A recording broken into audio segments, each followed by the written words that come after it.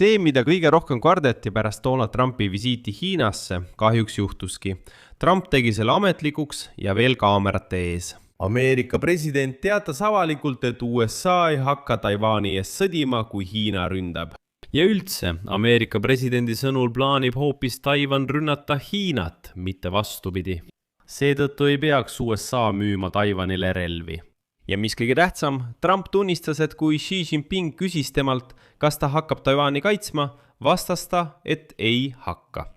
Ja edasi soovitas ta Taiwanil lihtsalt rahulikult käituda, et mitte provotseerida suurt Hiinat. Ja tuletan meelde, et see on Ameerika Ühendriikide president, riigi, mis on aastakümneid olnud Taiwani peamine liitlane. Minu nimi on Aleksei Bitši, arutame seda teemat koos. Aga enne kui alustame, palun tellige kanal, pange videole like ja kirjutage oma kommentaar. Ja palun tellige ka minu Telegrami kanal Bitši News. Link sellele on selle video kirjelduses. Seal avaldame operatiivseid uudiseid kohe, kui need saabuvad. Nii et alustuseks ütlen kohe ära. Täna teatas USA president ametlikult ja avalikult, et USA loobub sellisest poliitikast kaitsta Taiwanit Hiina sissetungi korral, nagu ka Vladimir Putini puhul. Donald Trump ei saavutanud pärast tippkohtumist Xi Jinpingilt mitte midagi. Ta võttis lisaks veel ka Hiina-meelse seisukoha. Ja asi pole ainult selles, mida Trump ütles, vaid ka selles, kuidas ta seda ütles. Siin on isegi piljed Taiwani enda aadressil. Sisuliselt ütles Trump täna Taiwanile, et nad peaksid vait olema ja taluma kõike, mida Hiina nende pihta paiskab. Donald Trump ütles otse välja, et väike Taiwan peaks. Donald oli süüdi, see, mis saab, sellest ei sõltu. Aga las ma toon kohe suure tsitaadi Donald Trumpilt ja siis arutame seda. Taiwani jaoks on see just see Alaska hetk. Nagu Venemaal räägiti kokkulepetest, mis sõlmiti Alaskal, millega Ukraina kokku puutus 16. augustil 2025. Kui Trump pärast esimesi läbirääkimisi Putiniga astus välja Sean Hannity ette Fox Newsi kanalil ja teatas esimest korda, et Ukraina peab loovutama oma territooriumid Vene diktaatorile. Ja nüüd 16. mail 2026 astub Trump pärast läbirääkimisi Xi Jinpingiga välja Brett Bayeri ette. Samas Fox Newsi saates teatata, et Hiina sissetungi korral ei taha ta Taiwani eest sõdida ning ei soovita Taiwanil isegi proovida end kaitsta. Järgmisena toon sõna-sõnalt Donald Trumpi sõnad. Tsitaat. Donald Trump ütleb, et Hiina sissetungi korral ei taha ta Taiwani eest sõdida. Nüüd tahab keegi Taiwanil iseseisvust välja kuulutada. Noh, see on riskantne asi, kui te kuulutate iseseisvuse välja, teate küll. Nad tahavad iseseisvust välja kuulutada, sest nad tahavad sõtta minna. Nad on aru saanud, et neil on Ameerika Ühendriigid selja taga. Mina tahan, et kõik jääks nii, nagu on. Ma ei soovi, et keegi kuulutaks iseseisvust välja. Ja teate, meile pakutakse läbida 9500 miili, et minna mingisse sõtta. Aga mina seda ei taha. Ma tahan, et nad natuke rahuleksid. Ma tahan, et ka Hiina natuke rahuneks. Ma ei ole veel heaks kiitnud $14 miljardi suurust relvatehingut Taiwanile.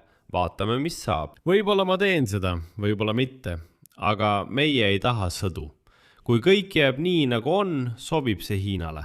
Aga me ei taha, et keegi ütleks, hakkame iseseisvust välja kuulutama, sest USA toetab meid.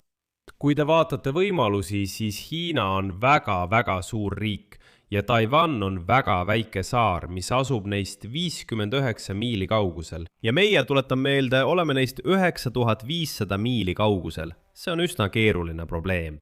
Kui te vaatate Taiwani ajalugu, siis Taiwan arenes, sest meil oli presidendid, kes ei saanud aru, mida nad kurat üldse teevad. Sest kui nad oleksid kehtestanud kiipidele tollimaksud, siis nemad, see tähendab protsessoritootjad, poleks kunagi lahkunud. Asi on selles, et küsimus on Intelis ja teistes meie ettevõtetes. Nad varastasid meie protsessoritööstuse, ta räägib Taiwanist. Kui mõni meie presidentidest oleks öelnud, võite lahkuda ja ehitada Taiwanis, et seda Ameerikas müüa, aga me kehtestame 200% tollimaksu, siis me poleks kunagi kaotanud kiibitööstust.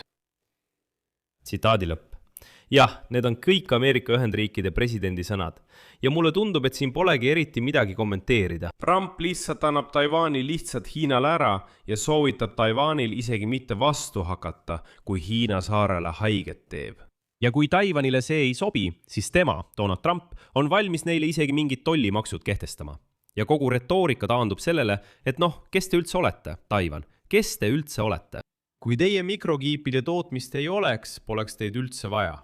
Tegelikult olete lihtsalt mingi väike saar, mis asub meist kuskil 9500 miili kaugusel. Tegelikult on meil sellest saarest täiesti ükskõik, üldse ei meeldi. Ma kehtestan tollimaksud, kui te seal hakkate midagi vastu vaidlema.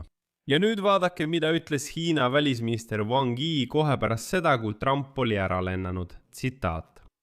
Kohtumisel tundsime, et Ameerika pool mõistab Hiina seisukohta ja peab oluliseks Hiina seisukohti ning muresid ja ei toeta ega aksepteeri Taiwani iseseisvuspüüdlusi.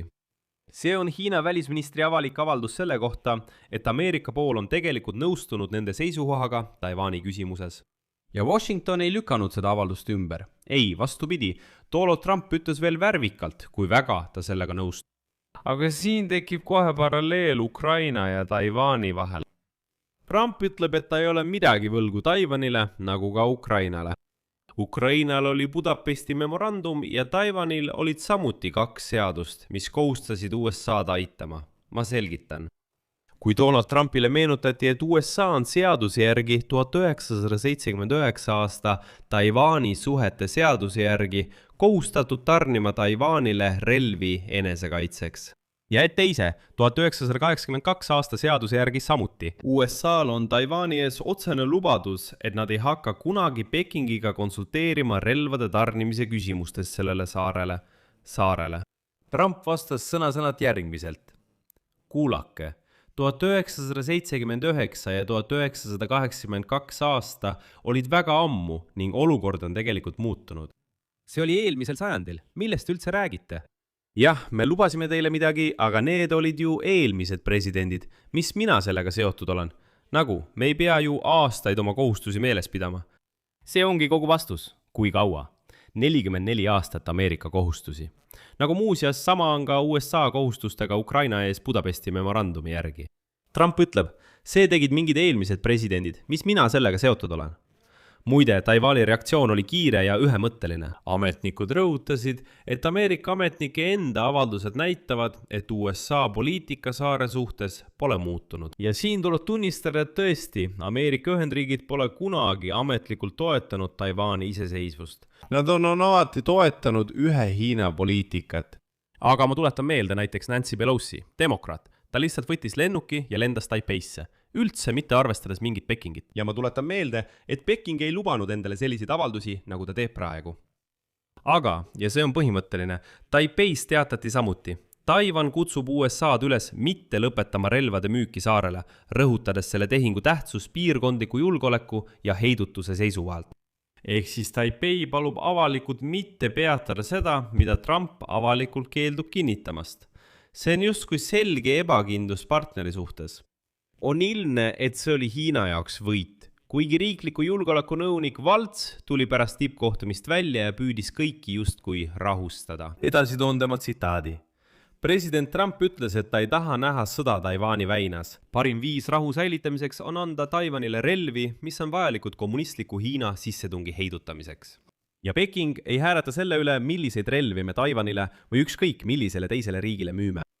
See kõlab muidugi ilusalt, hästi, me oleme uhked, mingi Hiina ei hakka meile midagi dikteerima, aga rõhutan, et see on riikliku julgeoleku nõunik, mitte president. Aga president Donald Trump ütles, et eks me veel näeme, mis saab ja et just Taiwan tahab sõda, mitte Hiina. Siin teen pausi. Kirjutage oma arvamusi ja järeldused selle saate all kommentaaridesse, tellige kanal, vajutage kellukesele ja ärge unustage panna laiki. Kui soovite toetada selle YouTube'i kanali tööd, saate seda tehes annetuse mõne lingi või rekvisiitide kaudu, mis on selle video kirjelduses. Olen tänulik igasuguse toetuse eest. Sellega on kõik, hoidke end, kõike head!